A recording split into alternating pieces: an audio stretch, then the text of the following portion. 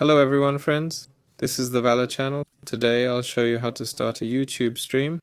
So we go to YouTube Studio, click the create button, click go live, and we click here, learn how encoders work. Yes.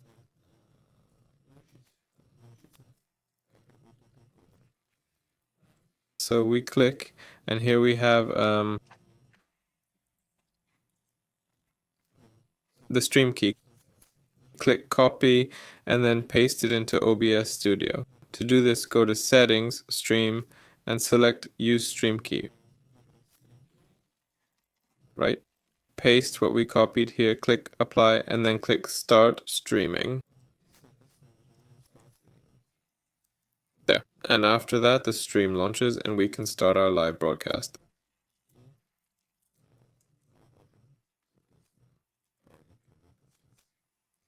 There. That's all. This was Valor. Goodbye, everyone.